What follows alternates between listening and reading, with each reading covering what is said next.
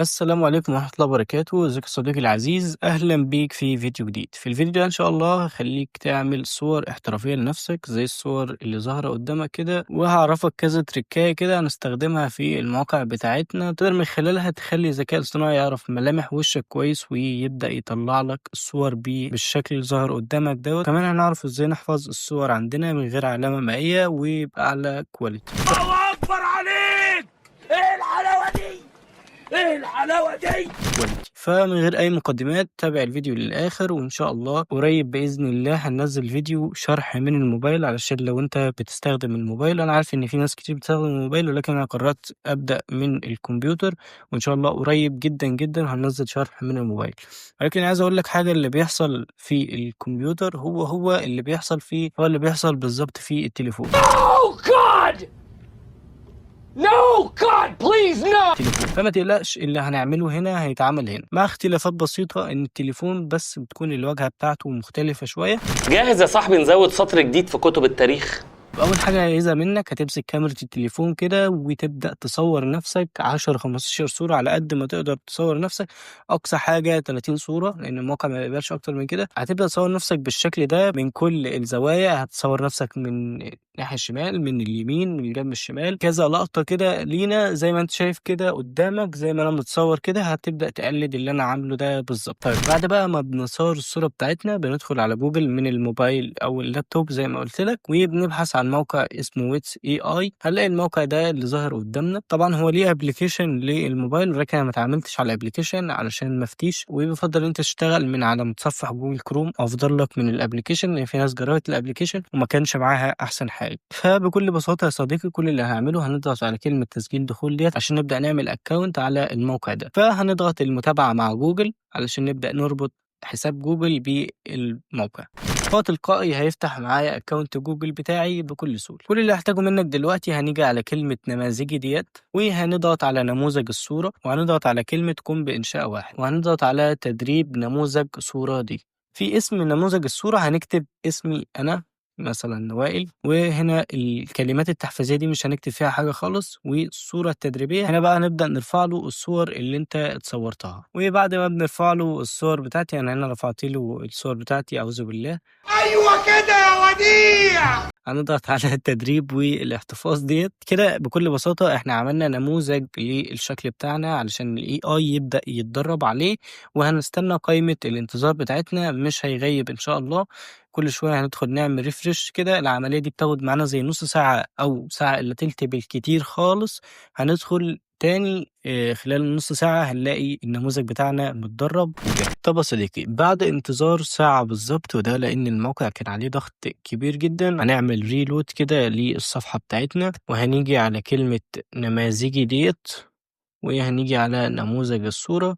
هنلاقي إن النموذج بتاعنا معمول عليه التلات كلمات دول. أول ما نلاقي معمول عليه التلات كلمات دول ومكتوب هنا كلمة عرض النموذج، فكده النموذج بتاعنا اتقبل وتمام. هنضغط على عرض النموذج هنا علشان يبدأ يعرض لنا النموذج بتاعنا. كده يعتبر احنا عملنا أهم خطوة في الموضوع علشان نقدر نطلع ملامح وشنا بشكل كويس وبكواليتي عالية. نضغط على إنشاء صورة. بكل بساطة هنا هابدأ أشرح له أو أوصف له زي ما قُلت لك، أو أكتب له prompt عن الوصف اللي أنا عايز شكلي يظهر بيه بشكل معيّن. فبكل بساطة أنا هنا مثلًا في prompt جاهز محضّره، هاعرّفك إزاي تجيب البرومبتات دي أو إزاي تعملها. بعد بقى ما باحط الprompt بتاعي في الصندوق هنا، من هنا باقدر أحدد مقاس الصورة لو أنا عايزه reels أو عايزه مربع على الإنستجرام، أو لو عايزه أفقي، لو عايز أحطه كغلاف مثلًا أو حاجة. فأنا مثلًا محتاج المربع للصورة دي حسب بقى احتياجك لمقاس الصورة. بعد بقى ما بنعمل كل الكلام ده، بنضغط على كلمة توليد ديّة عشان يبدأ يولد لنا الصورة بتاعتنا. برضه هننتظر عليه 5 دقايق، وده بيكون حسب حجم الضغط اللي موجود على الموقع، فمعلش استحملوا شوية. طيب زي ما أنتم شايفين، بسم الله ما شاء الله، بدأ يولد لنا الصورة بتاعتنا، وزي ما أنتم شايفين الواقعية والquality عالية والدنيا تمام، وحاجة بسم الله ما شاء الله يعني. فلنفترض، ودي المشكلة اللي بتحصل مع بعض الناس، إن هو مش بيجيب لك وشّك أو بيغيّر وشّك، فده هيكون لسبب ما. إما النموذج اللي إحنا عملناه في الأول مش واضح ومش صريح زي ما أنا قُلت لك، الصور لازم تكون لوشّك بس، والسبب التاني هو الprompt بتاعك، ممكن تكون أنت حاطط prompt أو جايبه من حد والحد ده مثلًا ملامحه أو كاتب في الprompt إن ملامحه غير ملامح وشّك. تعالَ نعرف إزاي نتخطى المشكلتين دُولة مع بعض. أول مشكلة ودي سهلة، أنت ما عندكش مشكلة إن أنت تتصوّر صور واضحة وصريحة زي الصور اللي أنا وريتها لك دي. ما أعرفش هي المشكلة فين، ولكن الموضوع يا جماعة مش صعب، هتتصور شوية صور بس كويسة بس مش أكتر ولا أقل selfie كده في 5 دقايق، الموضوع أنا حرفيًا أقل من 5 دقايق صورتهم. طيب نيجي دلوقتي بقى إزاي باحفظ الصورة دي عندي بأعلى quality وبدون علامة مائية. طيب في extension أو إضافة أنا منزّلها عندي على chrome ودي ما بتنزلش غير في الPC أو أجهزة الكمبيوتر، واسم الإضافة ديّة save image as type. هتبحث بالاسم ده عندك على جوجل كروم وتدخل على الإضافة ديّة وتبدأ تعمل أضف إلى كروم. أنا هنا عشان ضايفها في جوجل كروم فهو بيقول لي yes. هتضيفها عندك على جوجل كروم وهتضغط كليك يمين على أي صورة من أي موقع كده وتنزل تحت هتلاقيها ظاهرة معاك. في حد هيتذاكى ويقول لي أنا ممكن أضغط على save as image.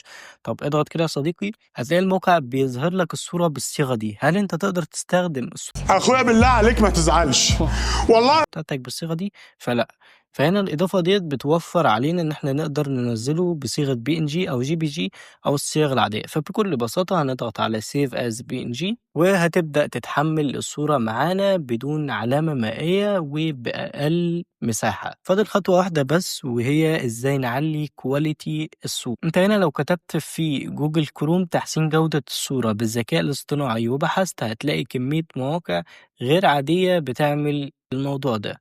تعالوا مثلًا نجرّب الموقع ده مع بعض كده. طبعًا الموقع اللي هيشتغل معايا هاسيب لك اللينك بتاعه في الdescription أو في أول تعليق مثبت علشان تقدر تدخل عليهم بسهولة وما تتعبش نفسك. طب الموقع ده طلع تمام وكويس ويحسّن لنا الجودة بتاعة الصورة بشكل حلو، وده الصورة قبل ودي الصورة بعد. اضغط على كلمة تحميل ديّة علشان يبدأ يحمّل لنا الصورة بدون علامة مائية وبأعلى quality زي ما أنتم شايفين كده.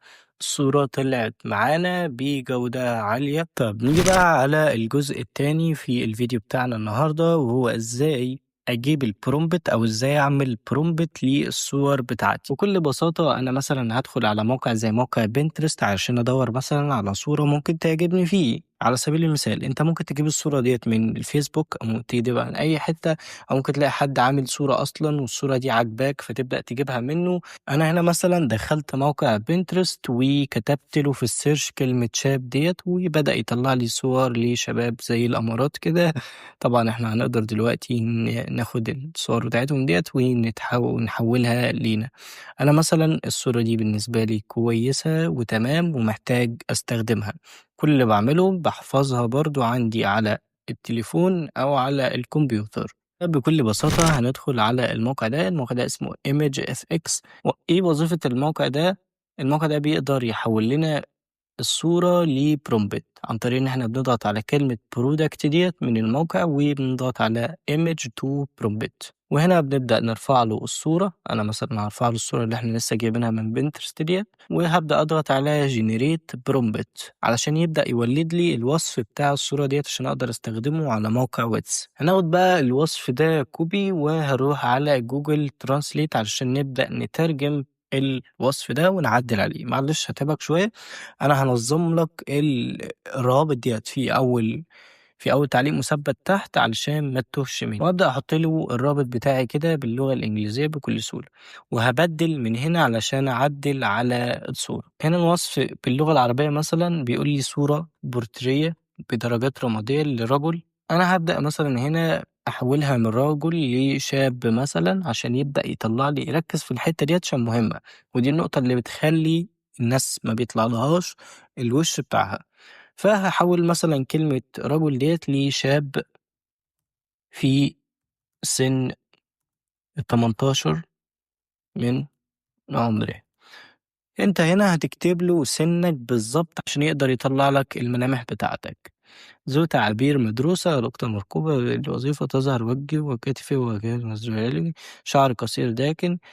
ركّز هنا، يعني أنا مثلًا ما عنديش لحية، فهاشيل كلمة لحية ديّة من الوصف بتاعي. تبدأ أنت تراجع كل الprompt ده بحيث إن أنت تخلّيه يتماشى مع الوصف بتاعك أنت، يعني مثلًا ديّة هاخلّيها إيه، الشاب مثلًا. فبكل بساطة كل اللي بنعدّله هنا بيتحوّل للغة الإنجليزية هنا، بناخد ده copy كده ونبدأ نروح لwix علشان نعمل صورة كده ونجرّب مع بعض، هنضغط على عرض النموذج وهنضغط على إنشاء صورة، وهنبدأ نحط له الprompt اللي إحنا عدّلنا عليه من Google Translate، وهنبدأ برضه نختار الصورة عايزها بالطول والّا بالعرض والّا مربّع، أنا باحب الصورة بالمربّع مثلًا، وهاضغط على توليد وهاستنى لمّا الصورة تتو تتولد. ايه اللي انت بتقوله ده؟ طيب يا صديقي زي ما أنت شايف كده بعد ما استنينا وطلع لنا النتيجة ديّة، هي النتيجة مش مرضية نوعًا ما بالنسبة للprompt ولكن أنت بقى هتبدأ كل شوية تجرّب كذا prompt وتجرّب كذا صورة وتجيب كذا صورة وتجرّبها، هم كلّهم يعني بيضبطوا معاك ولكن الفكرة إن أنت زي ما قُلت لك تشتغل على تعديل الprompt وأهم حاجة عندك يكون النموذج، وبكده تكون عرفت إزاي تعمل صور احترافية لنفسك بالذكاء الاصطناعي بكل سهولة، أتمنى الشرح يكون عجبكم وما تنساش تعمل لايك وشير وسبسكرايب علشان الفيديو يوصل لأكبر عدد من الناس، والسلام عليكم.